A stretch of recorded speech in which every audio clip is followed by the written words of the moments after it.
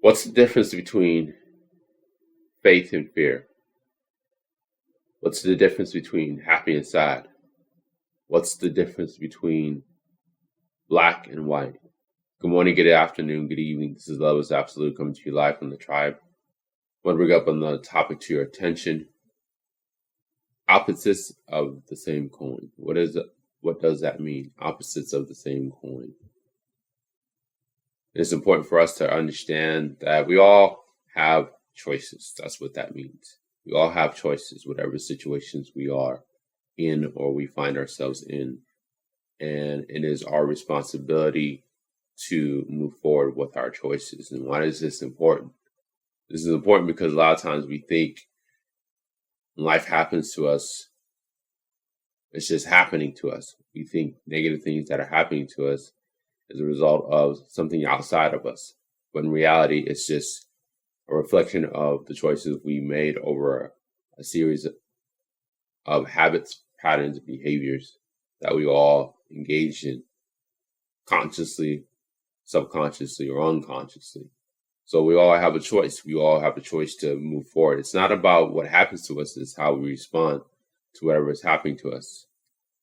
And especially when today's world, we experience a lot of negativity, we experience a lot of theft, we experience a lot of crime, things that people do to us. Remember, theft and crime and, robbery is just a reflection of other people's choices that happen to affect us if we allow it to affect us.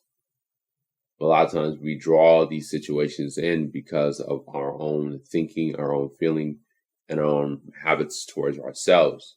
And it is our responsibility to choose whether we choose to be a victim or we choose to be a victor, as in we choose to respond or react to whatever is happening to us. This is why it's important for us to move forward in how we look at the situations that are happening, not towards us, but for us. But again, it goes back to the choices that we make. So how do we move forward in our choices that we make? We move forward in how we think about the choices and the things that happen to us by interpreting it in a different way, like looking through it in a different perspective.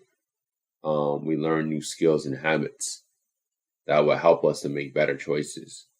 For example, like if I'm, at work assembling a new product for a client, I have a choice to either learn the blueprint, learn how to put it together, learn how to assemble it, and learn how to package it.